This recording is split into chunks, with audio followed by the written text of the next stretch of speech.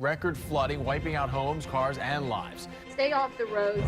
It's better inside and not driving. You don't know what you're going to run into. More than 13 inches of rain fell yesterday. To 2 feet or more of rainfall in the past couple of days. The water wiped homes off their foundations and flooded the Pensacola jail. Just look around. The damage is everywhere. It's all around me. But tonight there is also determination to rebuild.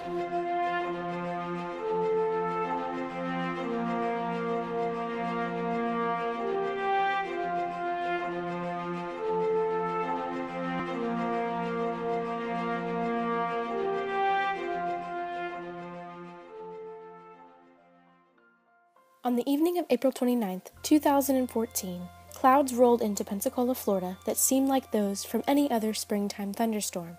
But when the rain started to fall and the water started to rise, things took a more serious turn. Typically, the city of Pensacola receives approximately 65 inches of rainfall annually. In this case, we received close to 26 inches of rainfall in 24 hours. When something like this takes place, you have issues that you have to deal with the environment. You have public safety you have to consider. So all these things have to work together collectively when we come up with solutions for the problems. For any emergency, the City of Pensacola prepares not only a standard emergency response, but a complete, multifaceted system to utilize in various departments. The flood in April 2014, the first thing in any emergency situation is that the Office of the Mayor's got to look for public safety. And a lot of the role of the Office of the Mayor starts before that, making sure that all these departments are prepared, that they have the resources that they need in place, that they have the proper training. And beyond that, once an emergency happens, the role of the Office of the Mayor is to help coordinate those efforts to make sure that the people are available, that the resources are available. It's a plan that's already been in place. We're not creating a new plan, we're just activating our emergency plan. After an initial public safety response, and once the waters began to recede, it was time for a major recovery effort. Our response is to clean the stuff up after the event when people put it curbside.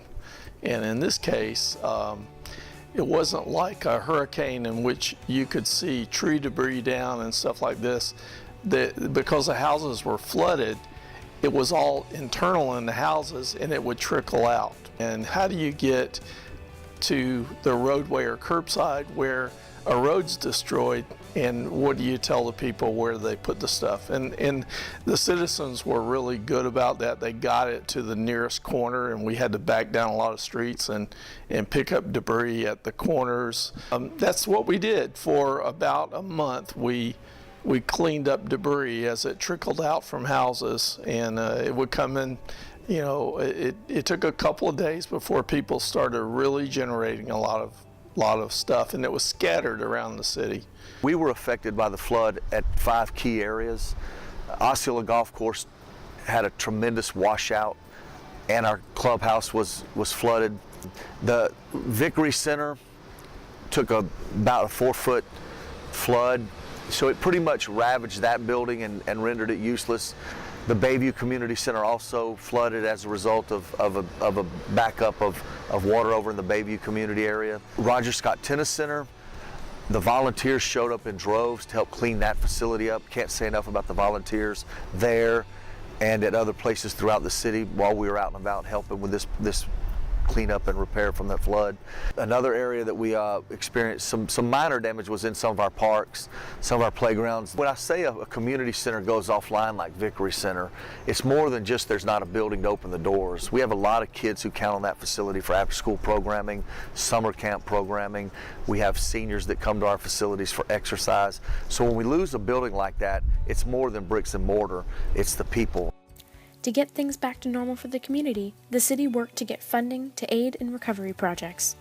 76 projects were generated within the first 6 months of the event happening, and within 1 year's time, 51 of those 76 projects have been completely taken care of and addressed. We had a lot of assistance from state and federal agencies, communications that the mayor's office has with the state, that certainly helped tremendously, making sure that things flowed, that financial assets were put into place for us to make the repairs that we needed to make.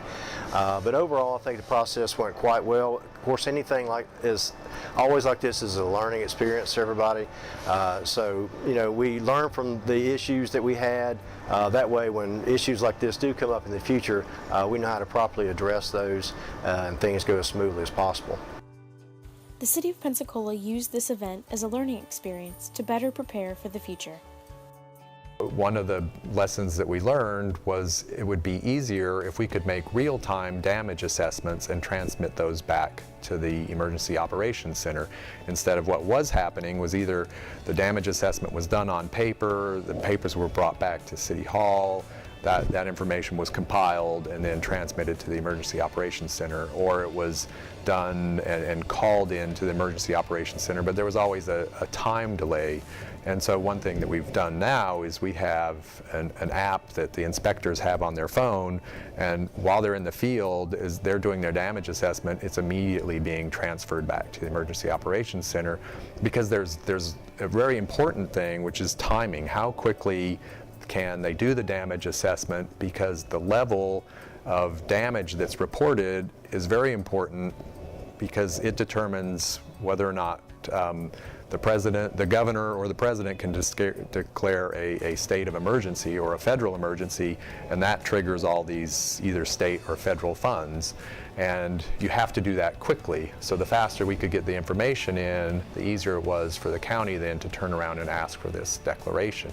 So that's one thing that we learned, and we've changed our procedures. And in fact, the interesting thing was we were able to create that app in-house. We didn't have to go out and buy it. We just said, hey, the inspectors have the phones, we have the GIS system, can somebody just design a bridge and create the app? And we did it.